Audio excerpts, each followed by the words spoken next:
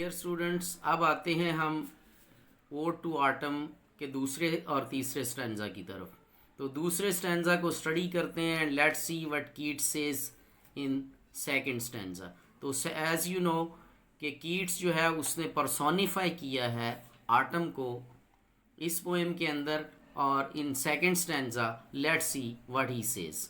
Who hath not seen थी, तुम्हें किसने नहीं देखा, ऑफन अक्सर अमिड थाई स्टोर, स्टोर के दरमियान बैठे। स्टोर से मुराद गंदम के जो ज़ख़ीरे हैं उनके दरमियान तुम्हें बैठे हुए किसने नहीं देखा। ये एक रेटोरिकल क्वेश्चन है जिसके अंदर आंसर की ज़रूरत नहीं, आंसर इज़ अंडरस्टूड कि एवरीबॉडी नोज। समटाइम्स बाज़ दफ़ा हुएवर सीक्स अब्रॉड, कोई भी अगर बाहर निकले, मे फाइंड थी, तो तुम्हें देख सकता है, सिटिंग केयरलेस, कि तुम लापरवाही से बैठी हुई हो। तो ये पर्सोनिफिकेशन चल रही है उसकी ऑन अ ग्रेनरी फ्लोर, गले वाले फर्श के ऊपर जहाँ काफ़ी सारा गला जो है वो काट कर रखा गया है।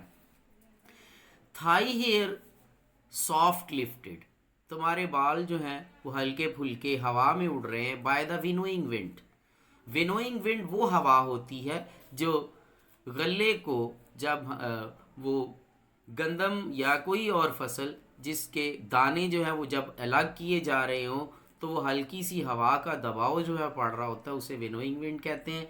और उस विंड से तुम्हारे हवा के अंदर तुम्हारे बाल जो है वो उड़ रहे हैं। तो ये उसको एक पर्सोनिफिकेशन दी हुई है आटम को।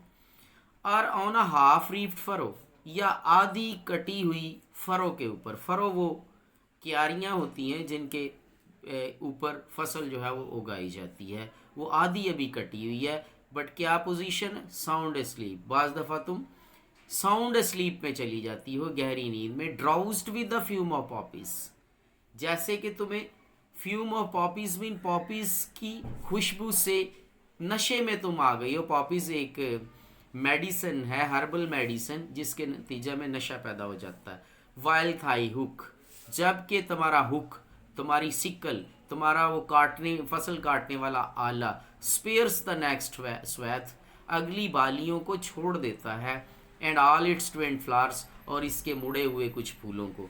यानी वो दरांती चलती तो है, वो आला इस्तेमाल तो होता है, मगर कुछ फूल भी कटने से रह जाते हैं और तुम स्पेयर करती चली जाती हो, और शायद तुम फ्यूम ऑफ पॉपी में होती हो।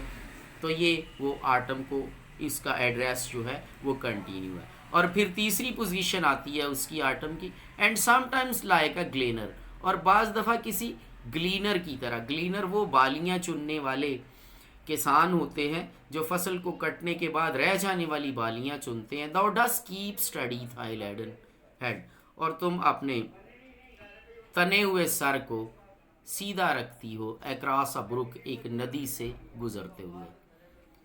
आर बाय सीडर प्रेस, या फिर जूस निकालने वाली मशीन के पास, ये अगली पोजीशन है उसकी आटम की। विद पेशेंट लुक, बड़े सब्र के साथ देखती रहती हो। दो वाचस द लास्ट ऊजिंग्स, तुम आखिरी कतरों तक को देखती हो। आवर्स बाय आवर्स, कई कई घंटों तक।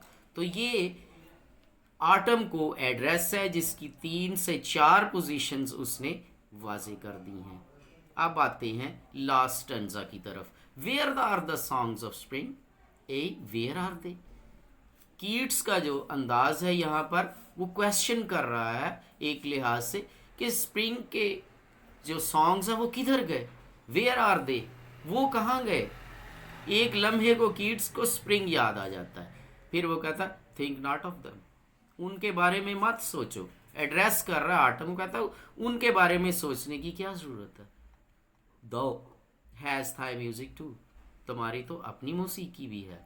यानी poet continues to appreciate the natural beauty which is found in autumn. Autumn में पाई जाने वाली नेचुरल ब्यूटी और उसके म्यूज़िक को वो एप्रिशिएट कंटिन्यूसली करता जाता है।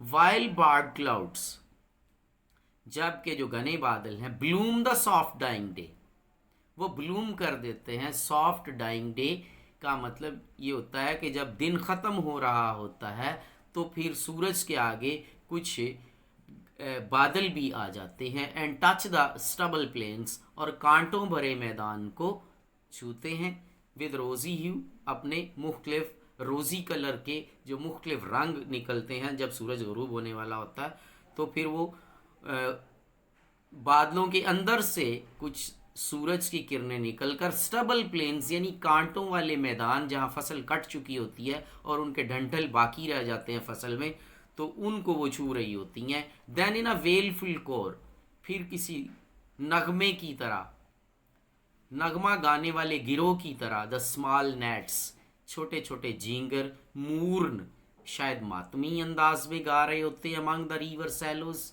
दरिया के अंदर जो जड़ी बूटियां उगी हुई होती हैं, पौधे सैलोज होते हैं रिवर सैलोज के दरमियान।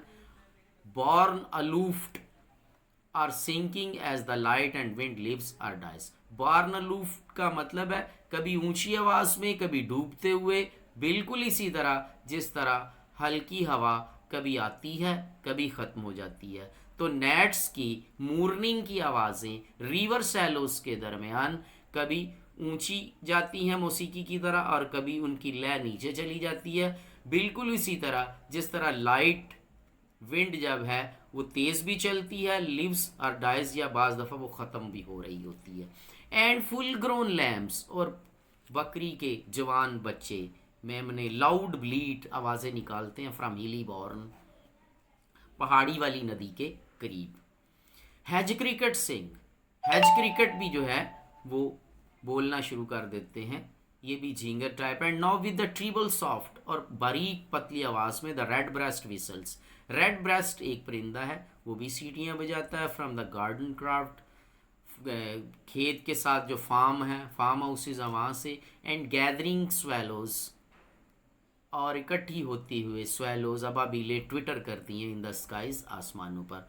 तो लास्ट स्टेंजा के अंदर वो एनिमल और bird activity which is related to the autumn जो है वो बयान करता है जॉन कीट्स। तो स्टूडेंट्स ये थी हमारी ओड टू ऑटम।